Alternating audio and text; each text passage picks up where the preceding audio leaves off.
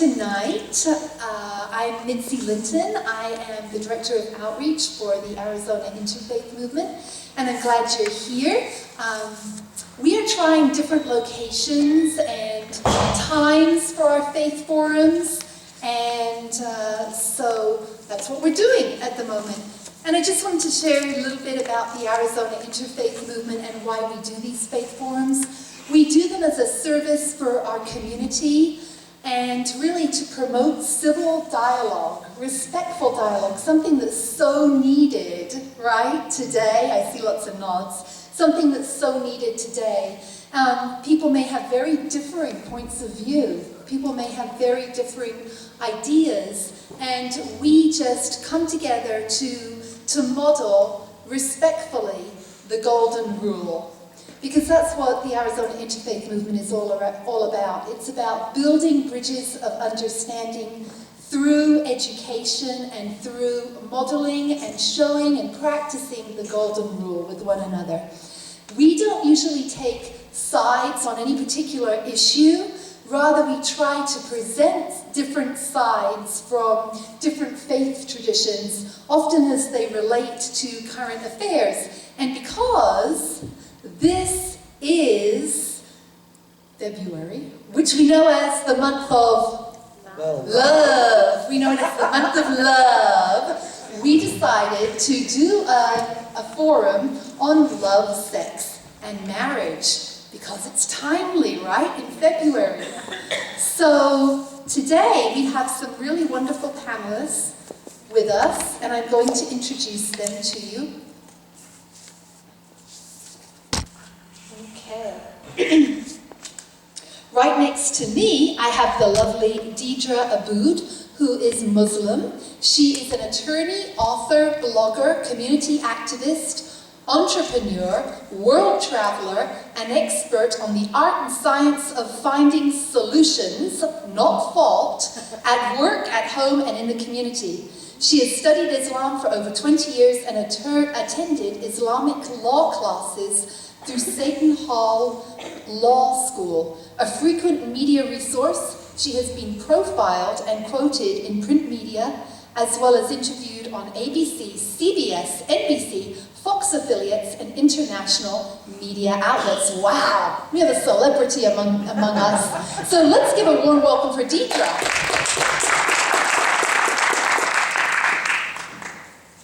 To my left, I have the lovely Anita Rangaswarmi, who is a Hindu. She's lived in the Valley for over 30 years and is an active member of the East Indian community. She has degrees in engineering, business, and public health and had a successful corporate year for over 20 years. She's practiced Bhakti Yoga, the yoga of... Oh, can you say it a bit louder? The yoga of... Love. Thank you, because it is February. So she's practiced the yoga of love and devotion for over 30 years and facilitates wellness workshops. She serves as a board member on many boards around the Valley, including the Arizona Interfaith Movement, the lovely Anita Rangaswarmi. We're going to go to the end here, and here is Reverend Rock Freemont, Christian. Reverend Rock Freemont is an associate pastor here at Central United Methodist Church. Previously, he was the spiritual life and housing coordinator at Justa Center and a chaplain with the Department of Corrections, ministering to those incarcerated on Arizona's death row. A graduate of Grand Canyon University and Keno Institute of Theology, Reverend Rock holds a Master of Theology degree from Campbellsville University in Kentucky. Currently, he serves as the Lay Academy Coordinator for the United Church of Christ Southwest Conference and as the chair of the Arizona Foundation for Theology. Reverend Rock, I know this to be true because we have many discussions. He is a close friend of mine now. Reverend Rock has a profound passion for ministry, interfaith, and social justice issues, and for bringing people together. Yes. Let's welcome Reverend Rock. And thank you for opening up your space to us. We are so grateful and we're so happy to be here tonight. Reverend Staffan Berg and Jane Berg on the end are from the Family Federation of World Peace and Unification. And Staffan is a minister for the Unification Church and has served in many ways in his church, as well as being an active panelist many times at our faith forums. And Staffan, as you may sense by his accent, was not born in the UK, was not born in America, and neither was Jane. Staffan is from Sweden originally, and Jane is from the UK, my home as well. They have 5 children, and they have lived in Tempe for 27 years. So please welcome Reverend Staffan and Jane. So wonderful. So we have Rock, Reverend Rock, Deedra, Anita, Staffan, and Jane. So we're so glad that you're here with us tonight. And how this is going to unfold is I'm going to ask some questions, and then we've got 2 mics, so we can pass them down.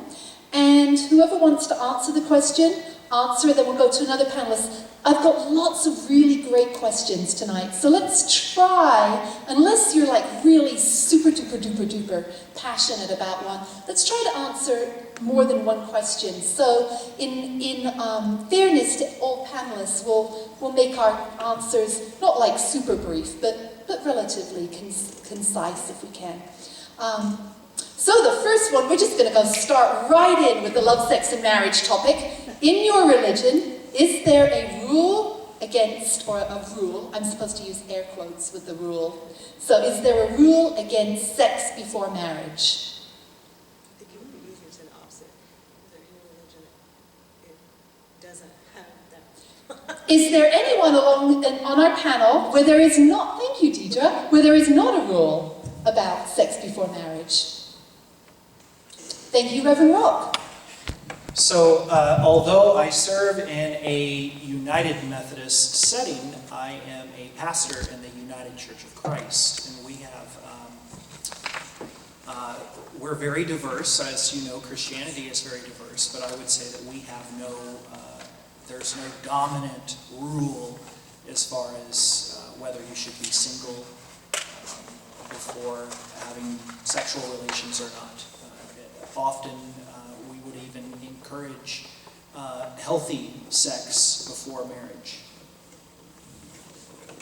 Anyone else want to take on this subject? Yes? Jane, pass this one down.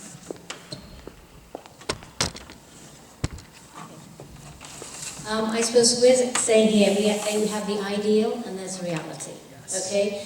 So the unification principle really talks about is that the ideal is as a man and a woman grow up to maturity, and then they make the commitment in marriage, and that the family is a school of love, and that's where we learn how to become good people.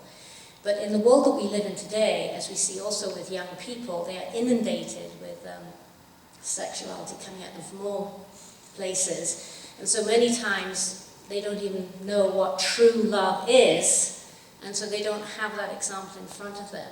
So my experience has been lately is that I meet many young people who have been living together or whatever like this, but a lot of them are looking for what does it mean to be make a true couple, and how do I do that?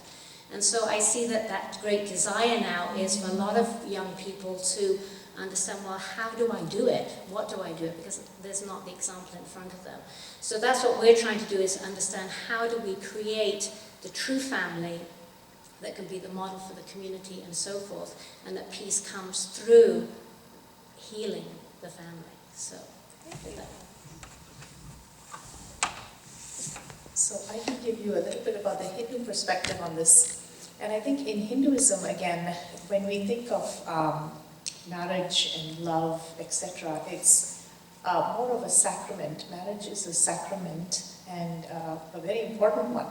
And so it's important, I think, from a Hindu perspective, that the individual be a virgin, and so the premarital sex is really not really part of the whole equation. But again, that has been in the past, from the ancient times. In the modern days, like you mentioned, I think people are looking for this term, elusive term called love, and I have to use those quotes again, the air quotes, because what is love, and where do you find it, and how do you find it, and all of these different questions that are sort of plaguing the so-called younger generation.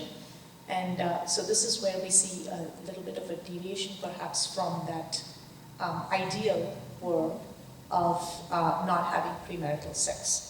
So again, from the Hindu perspective, that is what the scriptures and what the ancient Vedas also talk about. But over the years, I think there has been this change and this morphing that has occurred for various reasons. Thank you.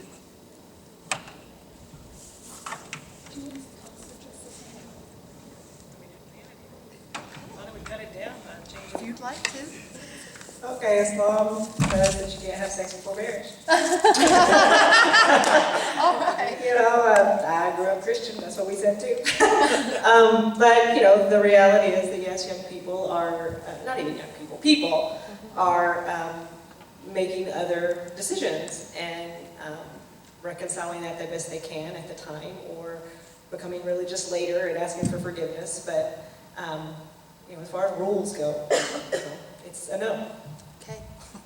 Thank you. All right, we got that one out of the way, right? Okay, it's all fun and games from here. No. How is a marriage partner determined in your faith? Is there a particular way that a marriage partner is determined for you?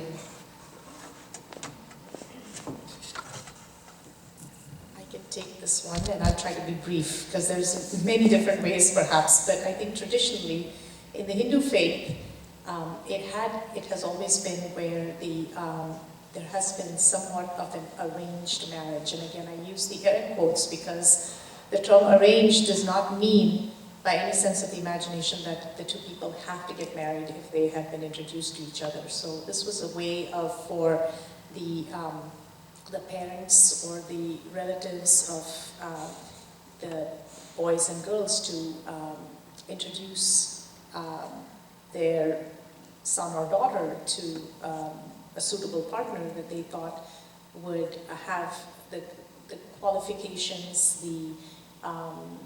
the social standing and other things that might make it a good match. And this was in the wisdom of the parents or the relatives. And so this was the ancient way of doing things, and has been until, I think, my generation is what I would say.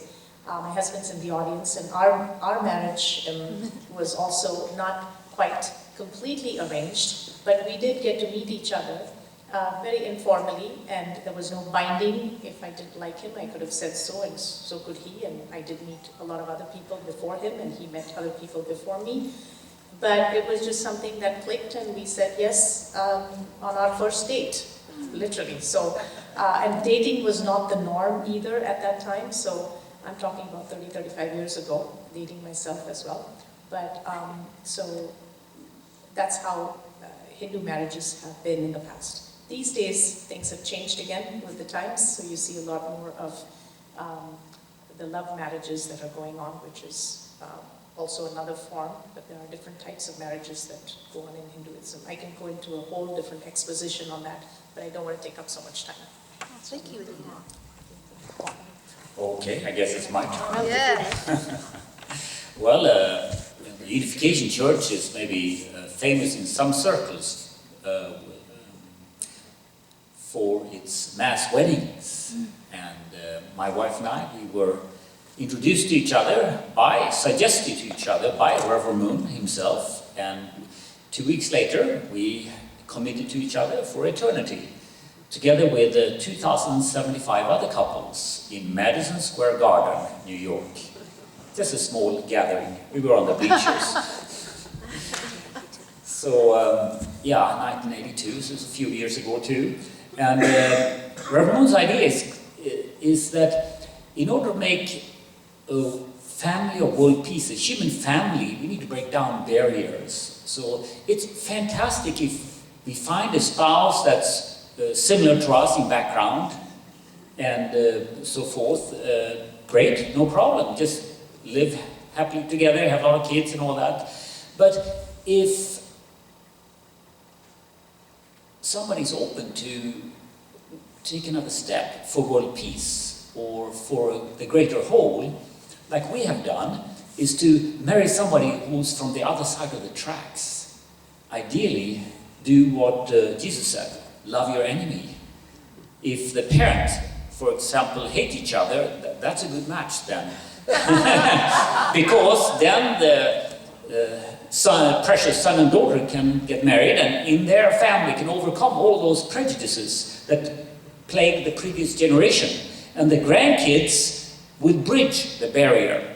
So that's in that way we can make world peace. And that's kind of even a pledge we take when we receive the blessing of marriage, that we will live for world peace. We will also raise our children to be abstinent till until they are blessed too.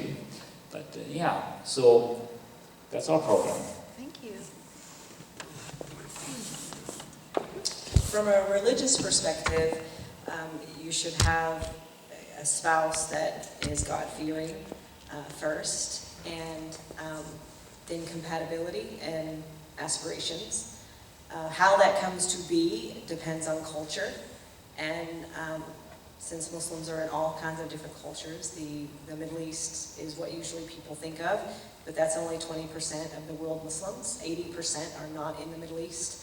So you have Asian traditions, you have European traditions. So how it comes to be is traditional to wherever you are, but Islamically it's just that you have to have God-fearing and look at your aspirations, and aspirations because, that makes a difference on income. If they want to, you want to make sure you're going to the same place, whether it's money or where you want to live or what kind of house you want to live in or how many kids you want to have or what kind of education you want your kids to have. This is about compatibility. I don't think I can really answer. Okay, that's good.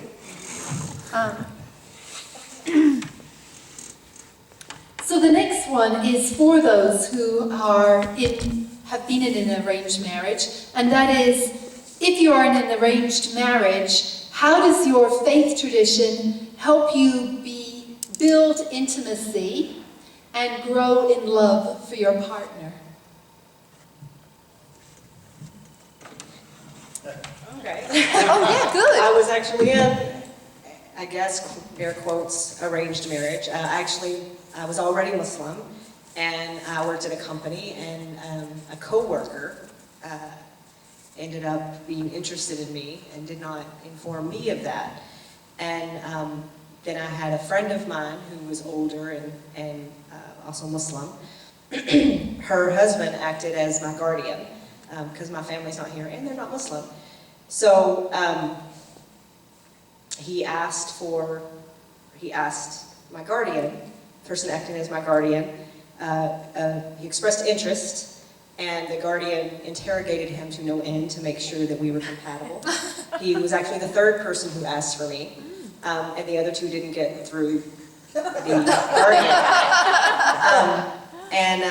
Then we started courting like Little House on the Prairie, so we obviously saw each other at work, but then we would meet at my guardian's house. So there was always another adult person who made sure that both we didn't get carried away and ruin my reputation, and two, that there couldn't be any rumors that would ruin my reputation.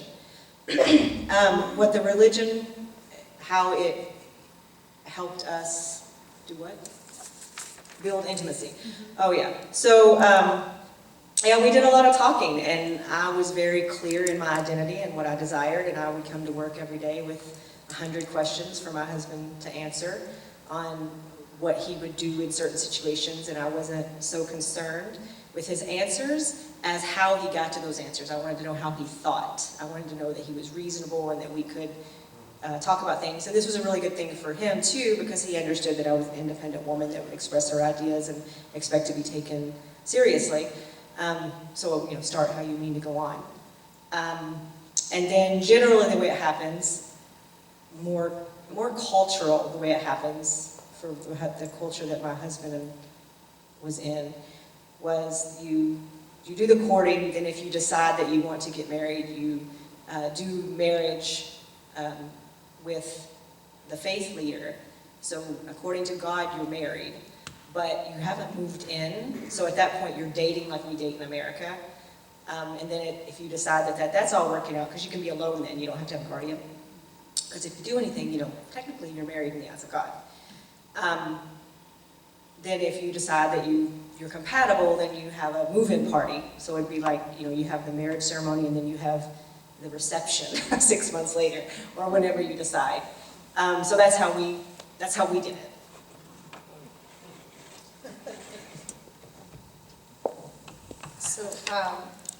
So I think there's probably some similarities with what Deedra was saying in the Hindu faith, but some differences as well I can see. In our case, actually, when I met my husband, of course, the similarity was that there was a third person. My uncle was there, and so he was the guardian who was questioning and making sure that everything was up and up with my husband, and before we went out for lunch. And typically, of course, in India, with the Hindus there, typically you wouldn't even probably go out for a date. You wouldn't probably go out for lunch or coffee or anything. You would meet people with 5 other people around, and you just have a conversation and talk to each other. And sometimes these days, people would go and talk separately as well, so that you get to know a little bit about the person, and that's not frowned upon at all. So I don't want to misconstrue things and make it seem like it's not very progressive. So the progressive part of it is that you do get to go out, the would-be bride and the groom go out and talk to each other and understand a little bit more about what each other's views are, what kind of professions they're in and how progressive they are, etc. And if they feel like this is going somewhere, then they might want to meet again for a second time and a third time maybe, or whatever, depending on the time constraints, etc. that are involved. But typically it's not very prolonged and long drawn out. So it stays short and sweet, because the intention is that there's a saying in Indian, again, is Jhat Mangni Patviya, which means that you have the engagement and then right away you get married. So you see the person, you get engaged, you get married before things start to fizzle out. Maybe you know this person too long and then you decide that I don't want to go with it. This is not working out, so I don't want to go, I don't want to hang out with this person anymore. So the intention was probably to tie the knot, so to speak, soon enough, so that then you start to have the rest of the understanding and the development of the love and the bond, etc., starts to grow as you get to know the person a little more. Because if everything is known up front, then there's not much to explore and know later on. So I think part of the theory as well was to allow the couple to get to know each other and spend time together over a period of time, because it takes time to start to know whether he or she brushes their teeth, and leaves the cap open or whatever else is going on. So just little things like that start to come in with, there's a little bit more of that understanding. It's all about give and take, as we all know, all the married people in the audience as well, that there's so much of give and take in any marriage. So the little things, you start to overlook them, because over time you've built a more of a steady relationship, and these little things don't matter after a while. And they may have been a big thing when you first met the guy or the girl. So that's the whole philosophy, I think, with the Hindu marriages again. Thank you. I know Staffan wants to answer that. Staffan and Jay. Okay, actually, Unification, we're relatively young in comparison to everybody else here, because we've only been around for like 62 years. When we were matched and blessed, I was matched to Staffan, and we had to go upstairs and decide, whether we want to accept one another, and I really struggled, I'll be honest. And then a little voice in my head said, just do it. And so I did, okay? So then we started then, and then we got blessed in Madison Square Garden 2 weeks later. And then actually we go through separation period. So in our, even today, people go through a 40-day separation. So you offer that time to God. And then the couple comes together, and we have a ceremony, a special ceremony, to bring the man and the woman together.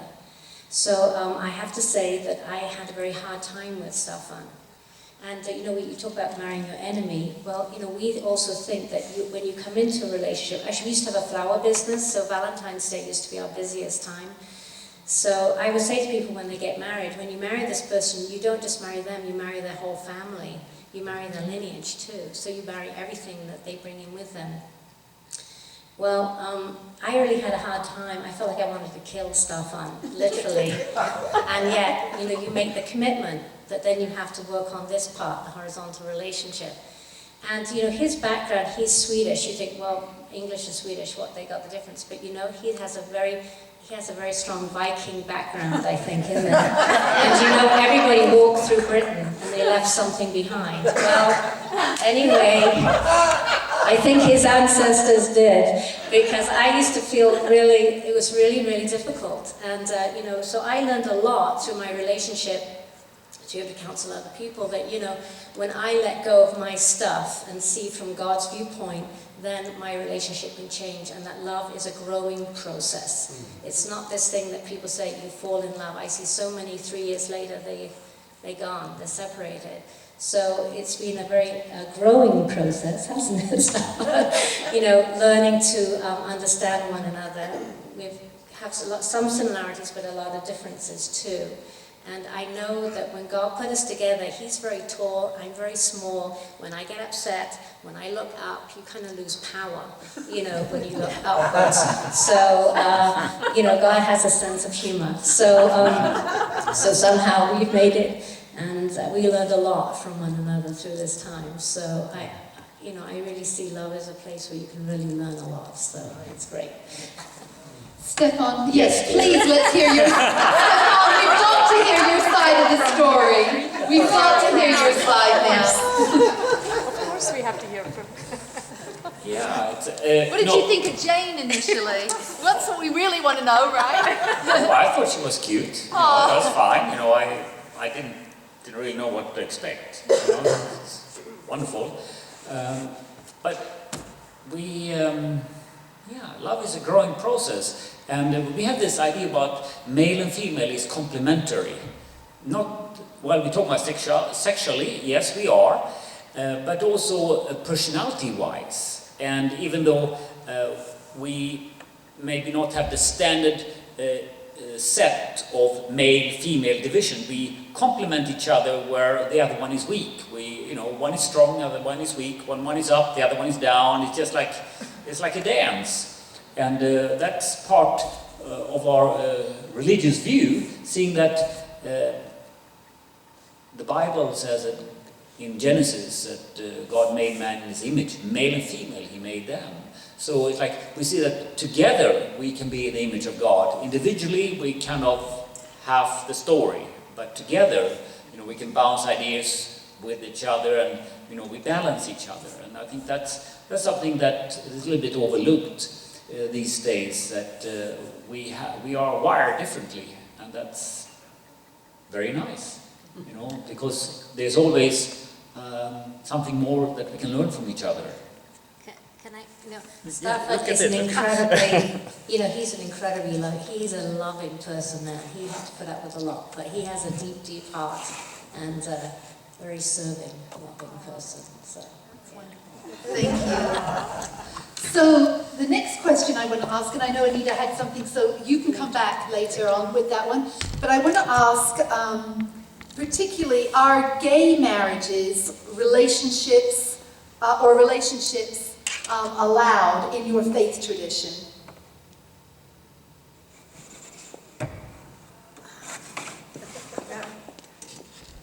Evidently, I'm the one that doesn't mind talking.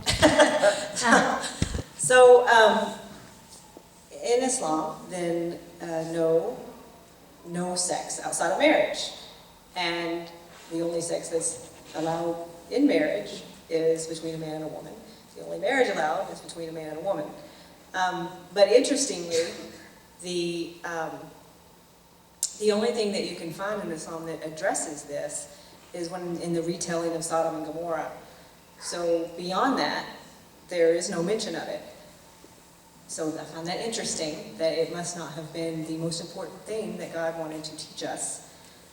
Islam, the only thing it does say, the two things that people use is, number one, that there are consequences for sex outside of marriage, and those consequences differentiate between whether or not it is between two people who are not married, or whether or not it involves a person who is married, because when you are married, the consequences are not your own.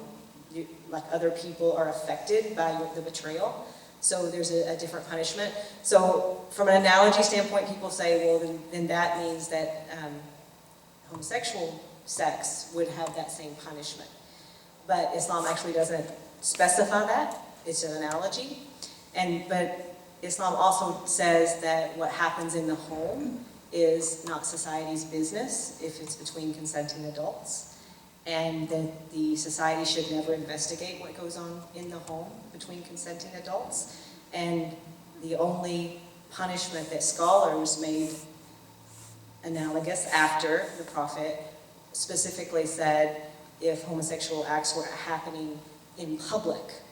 So if they were having sex on the street, which is also an analogy because heterosexual sex on the street is also punishable. So in Islam, really it's about analogies that are going toward homosexual behavior, taking those from heterosexual behavior that's not accepted. But I always find it interesting in any society and in any religion when we focus on the homosexual acts and we forget the heterosexual acts, and they're both supposed to be wrong. And I'm not saying that we should, I'm just saying it seems hypocritical to go after one and not the other. Thank you. So I am the first, I believe, we're still trying to figure this out, but I am the first United Methodist appointment that we know of to be appointed and openly gay. So I'm ordained in the United Church of Christ tradition. We've been ordaining people that are openly LGBTQ since 1976. And one thing that is interesting is from the mainline perspective, or the old line Protestant church tradition, the last holdout for gay or same-gendered marriages would be the United Methodist tradition of the church that you're in today. We're going through a process here to become what we would call, in my tradition, open and affirming, saying that we are a welcoming community for people that are LGBTQ, and that you will find a place here of welcome and of hospitality. So the other church traditions that would not have a problem with this lifestyle, for instance, would be the Presbyterian Church USA. They recently, just this last year, made a decision at their General Assembly to welcome people in same-gendered relationships, as well as ordain elders into the church that are open. Evangelical Lutheran Church in America, that's happened just in the last few years for them as well. Reformed Church in America, they're in the process of addressing the issue. Disciples of Christ is open now to that, which my denomination has a full communion agreement with. And American Baptist no longer have a problem with it. So it's interesting to see perception change. So my partner and I, we were together for 13 years, MLK Day, actually. And then on the 18th, this is awful because I don't remember, on the 18th we were married officially. So we had a 13-year honeymoon and then married here in January. So that's where my tradition stands. Great. I love the diversity of our group and how we are now we're so much diversity and how we can just, as I said at the beginning, model civil, respectful dialogue and kindness among each other, even though we have very differing, there might be very differing views from faith traditions. So from the Hindu tradition, the concept of gay marriages, or being gay first of all, and then having gay marriages would not be allowed from a Hindu perspective, because I think the intention from the Vedic period, this is going back, because Hinduism is like a 5,000-year-old, it has a 5,000-year-old history. So going back in time, the intention of marriage, again, being a sacrament, was that was a union between a man and a woman in order to procreate. And so that is a fundamental premise of the Hindu philosophy, which goes back to the Vedic period. Now, over time, and more so in the more modern day, the 21st century, I think, things have changed, and so there is this question about the LGBTQ, etc., that have come about. But from a tradition perspective, the Hindu tradition would still not consider a man and a woman, a man, two people of the same sex to be married by the Hindu Act, because there is the Hindu Marriage Act. And I'm not a lawyer here, but I think I just had to look this up just to make sure that I wasn't misquoting anything. But there's a Hindu Marriage Act of 1955, which has a whole bunch of conditions for marriage, etc., where it's between a bride and a bridegroom, and the ages are specified, etc., as well as the fact that they're in a systematic marriage bond. It gives meaning to marriage, cohabiting rights for both the bride and the groom, and a safety for their family and children so that they don't suffer from their parental issues. So this, so according to the law, I think would be one thing, and that's where the Hindu Marriage Act of 1955 would look into that. But in terms of gay marriages, I think these days there have been gay marriages in India as well among the Hindus community, but they would be few and far between, and a priest would have, or some person would need to officiate that, and that's how that would be, they would be blessed, but the marriage wouldn't be a complete wedding process like it is between man and woman. But in fact, I just had a recently I was asked by somebody in the valley if a priest could officiate for a gay marriage, and I was just going to check with them this weekend, so it's very timely, in fact, the question that's come up. Did you want to answer that or not? You don't have to. Yeah, you don't have to. I can. Oh, okay. I think I will. I think the unification movement, as we see, is, love, as you say, is between a man and a woman. And there's one part of the unification tradition, which is actually the sexual union. The importance of that is actually part of the sacrament of the couple coming together. It's a sexual union. So we do see the sexual union as a very important part of the relationship. So and we see it as between a man and a woman. And that's where we stand at this point. So, as you say, we're a young movement, but this is where we are from the beginning. Okay. Thank you. So, are you allowed to marry a person from a different religion?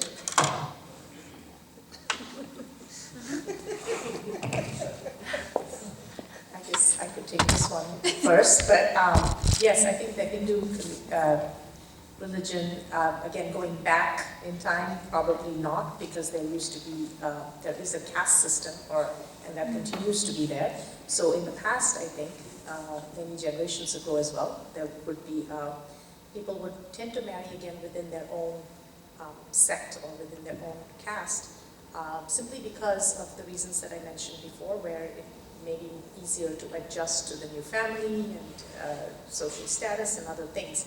But over the years, I think that has definitely changed, and there are people that get married, across these caste lines, and that is not frowned upon, or there are priests that will go ahead and get such couples married, and they live a happy life as well. Thank you.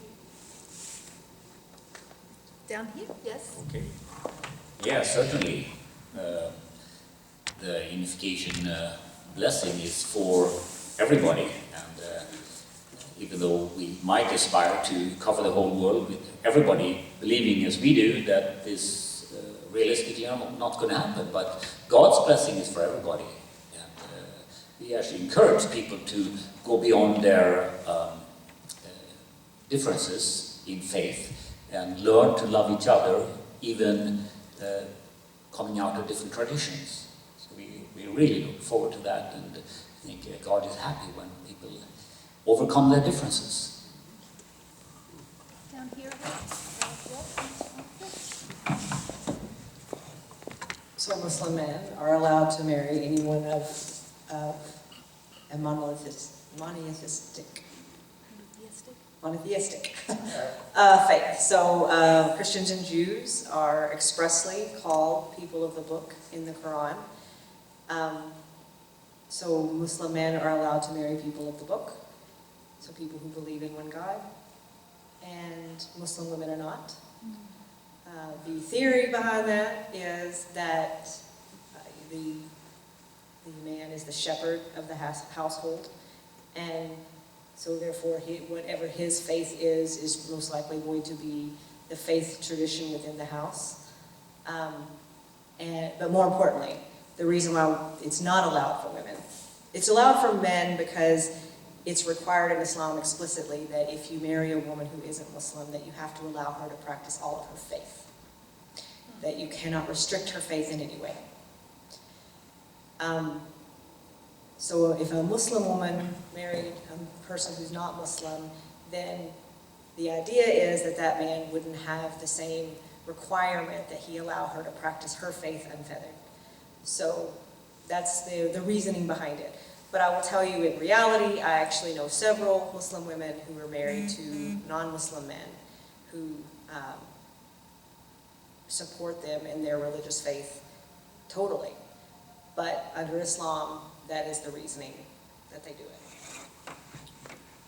So in the Christian tradition, I think historically, if depending on how traditional you are, you should of course be looking to marry another Christian.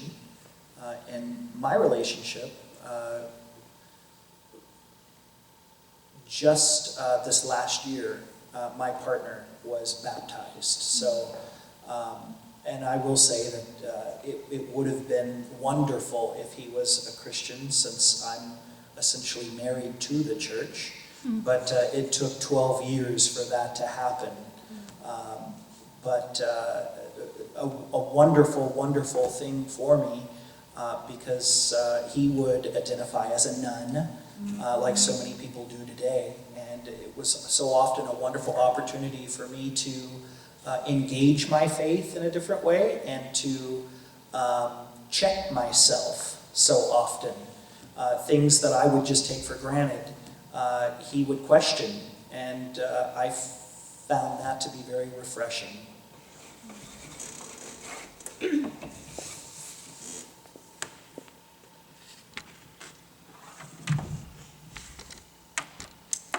What happens if marriage vows are broken? Is there some type of counseling that happens? What happens if the vows of marriage are broken in the faith tradition that you're in?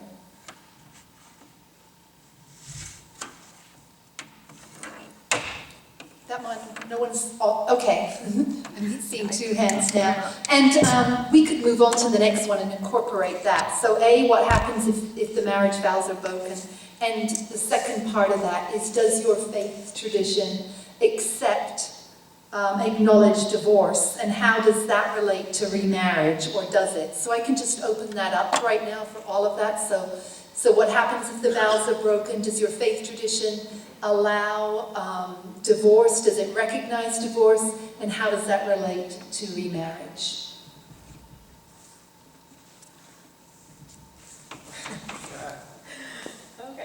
So Islam acknowledges divorce, both male and female divorce, and remarriage.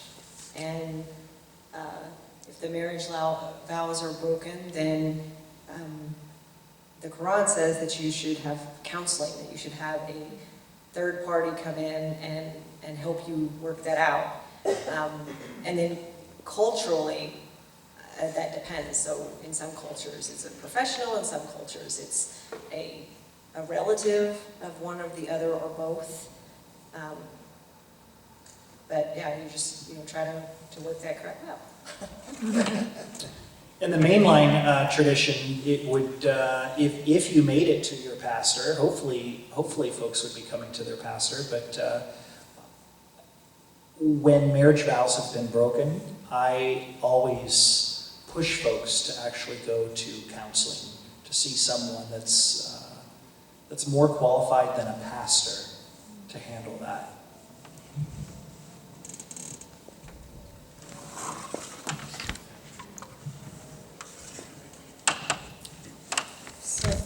From the Hindu perspective, also, I think counseling by either family members or sometimes even beyond that, maybe professional counseling would be another way. And there are those avenues that are available if there's some form of betrayal or cheating that may go on. Counseling would be the first avenue. But in terms of divorce, yes, there used to be a time perhaps that divorce wasn't as frequent in the Hindu marriages, and the idea was to, again, patience, compassion, tolerance, cooperation, all of these different things were part of the vows that were taken so that man and woman could try to understand each other. But I think as some of those limits are being tested these days, there appear to be more divorce cases. And so the Hindu Act of 1955 has all these different reasons why one may, choose to divorce, including the fact that, the husband is already married and they're going, with another person, or vice versa. The husband after marriage has been found guilty of rape, etc. Wife was underage when she was married. Sometimes there are those cases as well, where they may be underage. So, but that's according to the Hindu Act of 1955. So that's what governs Hindu marriages and divorce. So there's different sections of the law that govern all of that. But the easy answer and the simple answer would be to try to go for marriage counseling and talk to friends and family to try to sort out those differences. That's usually the first route for into profession.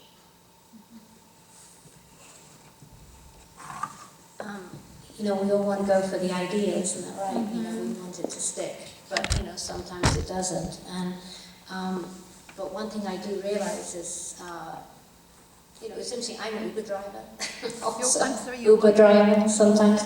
So I got talked to a young guy the other day, and he said, "Yeah, my dad says you just, commitment. You got to try and get it to work." And had a discussion on this. He was not married, but I think sometimes. I think in every case, sometimes people are scared to talk about it, and because they're scared that, I'm not doing what's right.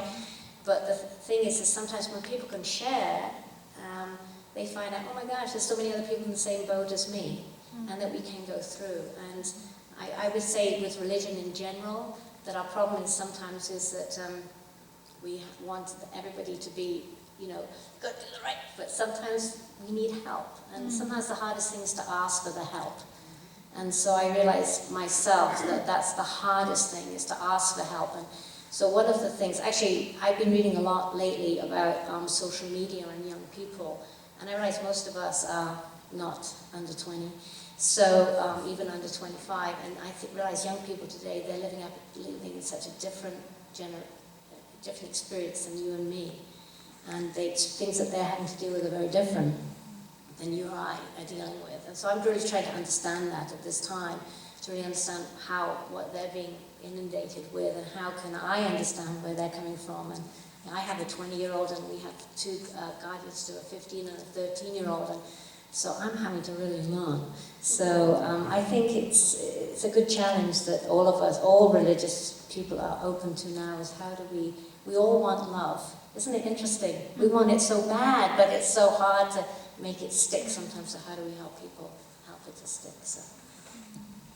Yeah, this issue about marriage vows, actually the marriage vows for the blessing is more aspirational than it's more, can you achieve it? I want to make, it's for us to make an ideal family of true love. And I don't know if you break that, but you know, it's kind of you aiming, it's more 4 vows of aim, of goals, of, you know, a distant future maybe. So it's not so much of a vow to break.